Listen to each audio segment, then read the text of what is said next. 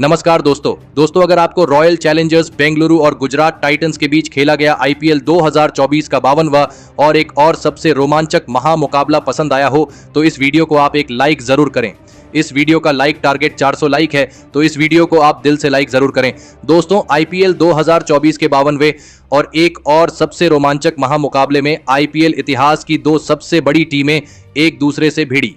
इस बार Faf du Plessis की royal Challengers Bengaluru के सामने शुभमन गिल की गुजरात टाइटंस की टीम खड़ी थी। इस रोंगटे खड़े कर देने वाले महामुकाबले में बेंगलुरु के कप्तान फाफ डू प्लेसिस ने टॉस जीता और पहले गेंदबाजी का फैसला लिया और गुजरात की टीम को पहले बल्लेबाजी के लिए आमंत्रित किया। उसके बाद रनों की बारिश करने के इरादे से गुजरात के दो दिग्गज ओपनर बल्लेबाज मैदान में उतरे। रिद्धिमान साहा और गुजरात की कप्तान शुभमन गिल के कंधों पर इस महामुकाबले में अपनी टीम को एक विस्फोटक ओपनिंग शुरुआत दिलाने की बहुत ही बड़ी जिम्मेदारी थी, लेकिन बेंगलुरु की तेज गेंदबाजी ने गुजरात की इन उम्मीदों को पारी के शुरुआती ओवरों में ही तोड़ दिया और गेंदबाजी पर आए मोहम्मद सिराज ने रिद्धिमान साहा को दिनेश कार्तिक के हाथों कैच आउट कर दिया। रिद्धिमान साहा इस मुकाबले में 7 गेंद में बस 1 रन बनाकर आउट हो गए। रिद्धिमान साहा के जल्दी आउट हो जाने के बाद अब गुजरात की टीम की तरफ से साई सुदर्शन को बल्लेबाजी के लिए भेजा गया, लेकिन तभी मोहम्मद सिराज ने अपनी अगली ही ओवर में दूसरे छोर पर बल्लेबाजी कर रहे गुजरात के कप्तान शुभमन गिल को विजय कुमार वैशाख के हाथों कैच आउट कर दिया। कप्तान शुभमन गिल इस मुकाबले में 7 गेंद में बस 2 रन बनाकर आउट हो गए। बेंगलुरु के गेंदबाजों ने इस मुकाबले में कमाल करके दिखाया था। मोहम्मद सिराज की गेंदें गुजरात के बल्लेबाज समझ ही नहीं पा रहे थे। अब बल्लेबाजी के लिए शाहरुख खान मैदान में उतरे थे, लेकिन तभी साई सुदर्शन को कैमरन ग्रीन ने विराट कोहली के हाथों कैच आउट कर दिया। साई सुदर्शन इस मुकाबले में 14 गेंद में बस 6 रन बनाकर आउट हो गए। अब गुजरात की टीम दबाव में थी। बेंगलुरु की गेंदबाजी ने गुजरात की पूरे बल्लेबाजी को हिलाकर रख दिया था। अब मैदान पर डेविड मिलर उतरे थे और फिर शाहरुख खान और डेविड मिलर की इस जोड़ी ने गुजरात की डगमगाई पारी को संभाला और बेंगलुरु की शानदार गेंदबाजी के सामने गजब का प्रदर्शन करना शुरू कर दिया। अब इस मुकाबले में गुजरात की बल्लेबाजी धीरे धीरे वापसी करने लगी थी। शाहरुख खान और डेविड मिलर के बीच एक महत्वपूर्ण साझेदारी बन रही थी। अब गुजरात के यह दोनों ही बल्लेबाज बेंगलुरु के गेंदबाजी पर बड़े शॉट भी खेलने लगे थे। डेविड मिलर और शाहरुख खान की इस जोड़ी ने अब गुजरात की टीम को दबाव से बाहर निकाला था। कप्तान फाफ डू प्लेसिस अब इस मुकाबले में पहली बार दबाव में दिखने लगे थे और फिर देखते ही देखते शाहरुख खान और डेविड मिलर के बीच शानदार 50 रनों की साझेदारी पूरी हो गई। डेविड मिलर और शाहरुख खान ने मिलकर अब अपने टीम को 80 रनों पर पहुंचा दिया था, लेकिन फिर तभी गेंदबाजी पर आए करण शर्मा ने डेविड मिलर को ग्लेन मैक्सवेल के हाथों कैच आउट कर दिया। डेविड मिलर इस मुकाबले में 20 गेंदों में 30 रन बनाकर आउट हो गए। करण शर्मा ने एक महत्वपूर्ण मौके पर आकर इस खतरनाक साझेदारी को तोड़ दिया था। अब फिर एक बार बेंगलुरु की गेंदबाजी ने इस मुकाबले में वापसी कर ली थी। अब बल्लेबाजी के लिए राहुल तेवतिया मैदान में उतरे, लेकिन तभी दूसरे छोर पर बल्लेबाजी कर रहे शाहरुख खान को विराट कोहली ने रन आउट कर दिया। शाहरुख खान इस मुकाबले में 24 गेंद में 37 रन बनाकर आउट हो गए। अब गुजरात के दोनों ही सेट बल्लेबाज आउट हो चुके थे। विराट कोहली अपनी टीम का यह गजब का प्रदर्शन देखकर बहुत ही खुश नजर आ रहे थे। अब बल्लेबाजी के लिए राशिद खान मैदान में उतरे और राशिद खान ने आते ही एक शानदार छक्का लगाकर अपना खाता खोला था। तो वही पारी के 16वें ओवर में गेंदबाजी पर आए करण शर्मा की एक ही ओवर में राहुल तेवातिया ने 3 चौके और एक शानदार छक्का लगा दिया था। राहुल तेवतिया इस मुकाबले में शानदार फॉर्म में नजर आ रहे थे, तो वही राशिद खान ने भी उसके अगली ओवर में अपने बल्ले से 2 गजब के चौके लगा दिए। दोनों के बीच अब अंत के ओवरों में एक विस्फोटक साझेदारी बन रही थी, लेकिन फिर तभी गेंदबाजी पर आए यश दयाल ने सेट हो चुके राशिद खान को क्लीन बोल्ड कर दिया। राशिद खान इस मुकाबले में 14 गेंद में 18 रन बनाकर आउट हो गए। बेंगलुरु की गेंदबाजी इस मुकाबले में किसी भी गुजरात के बल्लेबाज को ज्यादा देर तक टिकने नहीं दे रही थी। अब मैदान पर विजय शंकर को भेजा गया, लेकिन इसी ओवर में यश दयाल ने राहुल तेवातिया को विजय कुमार वैशाख के हाथों कैच आउट कर दिया। राहुल तेवतिया इस मुकाबले में 21 गेंदों में 35 रन बनाकर आउट हो गए।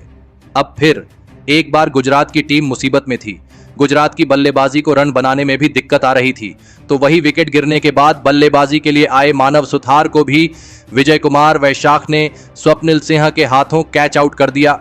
मानव सुथार 2 गेंद में 1 रन बनाकर आउट हो गए, तो वही उसकी अगली ही गेंद पर नए बल्लेबाज मोहित शर्मा भी रन आउट हो गए और फिर गुजरात की आखिरी उम्मीद बनकर बल्लेबाजी कर रहे विजय शंकर को भी विजय कुमार वैशाख ने मोहम्मद सिराज के हाथों कैच आउट करके गुजरात की टीम को ऑल आउट कर दिया और इसी के साथ गुजरात की टीम ने 147 रनों का लक्ष्य बेंगलुरु की टीम के आगे रखा। उसके बाद गुजरात से मिले 148 रनों के लक्ष्य का पीछा करने बेंगलुरु के दो दिग्गज ओपनर बल्लेबाज मैदान में उतरे। बेंगलुरु के लिए सबसे ज्यादा रन बनाने वाले विराट कोहली और बेंगलुरु के कप्तान फाफ डू प्लेसिस के कंधों पर इस महामुकाबले में अपनी टीम को एक विस्फोटक ओपनिंग शुरुआत दिलाने की बहुत ही बड़ी जिम्मेदारी थी और बेंगलुरु की ओपनिंग जोड़ी ने मैदान में उतरते ही धमाकेदार बल्लेबाजी करना शुरू कर दिया था। दोनों ही बेंगलुरु के ओपनर बल्लेबाज इस मुकाबले में गजब के फॉर्म में नजर आ रहे थे। खास करके बेंगलुरु के कप्तान फाफ डू प्लेसिस इस मुकाबले में गुजरात के किसी भी गेंदबाज को नहीं छोड़ रहे थे। पारी के पहले ही ओवर में विराट कोहली ने तो गजब के छक्के लगा दिए थे, तो वही दूसरे छोर पर बल्लेबाजी कर रहे फाफ डू प्लेसिस भी अद्भुत बल्लेबाजी कर रहे थे। दबाव पूरी तरह गुजरात की गेंदबाजी पर साफ दिख रहा था और फिर इसी बीच देखते ही देखते दोनों की 50 रनों के साझेदारी भी पूरी हो गई। दोनों की इस विस्फोटक बल्लेबाजी ने पूरा मुकाबला ही पलट दिया था। तो वही पारी के चौथे ओवर में मोहित शर्मा को कप्तान फाफ डू प्लेसिस ने इस ओवर में 4 लाजवाब चौके लगा दिए थे। गुजरात के कप्तान शुभमन गिल इस मुकाबले में अब पूरी तरह बैकफुट पर दिखने लगे थे और इसी बीच विस्फोटक बल्लेबाजी कर रहे कप्तान फाफ डू प्लेसिस ने केवल 18 गेंद में अपना इस मुकाबले का गजब का अर्धशतक पूरा कर लिया। विराट कोहली और कप्तान फाफ डू प्लेसिस ने मिलकर अब अपनी टीम को 92 रनों पर पहुंचा दिया था, लेकिन फिर तभी गेंदबाजी पर आए जोशुआ लिटिल ने गुजरात की टीम के लिए सबसे बड़ा खतरा बन चुके कप्तान फाफ डू प्लेसिस को शाहरुख खान के हाथों कैच आउट कर दिया। कप्तान फाफ डू प्लेसिस मुकाबले में 23 गेंद में 64 रन बनाकर आउट हो गए। बेंगलुरु के इस विशाल साझेदारी के टूटने के बाद अब विल जैक्स बल्लेबाजी करने मैदान में उतरे, लेकिन विल जैक्स को भी उसकी अगली ही ओवर में नूर अहमद ने शाहरुख खान के हाथों कैच आउट कर दिया। विल जैक्स इस मुकाबले में 3 गेंद में 1 रन बनाकर आउट हो गए। अब बेंगलुरु की टीम को 2 लगातार बड़े झटके लग चुके थे। गुजरात के पास इस मुकाबले में वापसी करने का बढ़िया मौका था। अब बल्लेबाजी के लिए रजत पाटीदार को भेजा गया, लेकिन पारी का 8वां ओवर डालने आए जोशुआ लिटिल ने अपने इस ओवर में रजत पाटीदार को डेविड मिलर के हाथों कैच आउट कर दिया। रजत पाटीदार इस मुकाबले में 3 गेंद में 2 रन बनाकर आउट हो गए। तो वहीं इसी ओवर में विकेट गिरने के बाद बल्लेबाजी के लिए आए ग्लेन मैक्सवेल को भी जोशुआ लिटिल ने डेविड मिलर के ही हाथों कैच आउट करके पूरा मुकाबला ही पलट दिया। ग्लेन मैक्सवेल इस मुकाबले में 3 गेंद में 4 रन बनाकर आउट हो गए। जोशुआ लिटिल इस मुकाबले में गजब की गेंदबाजी कर रहे थे। अब कप्तान शुभमन गिल अपनी टीम की इस मुकाबले में वापसी करवा रहे थे।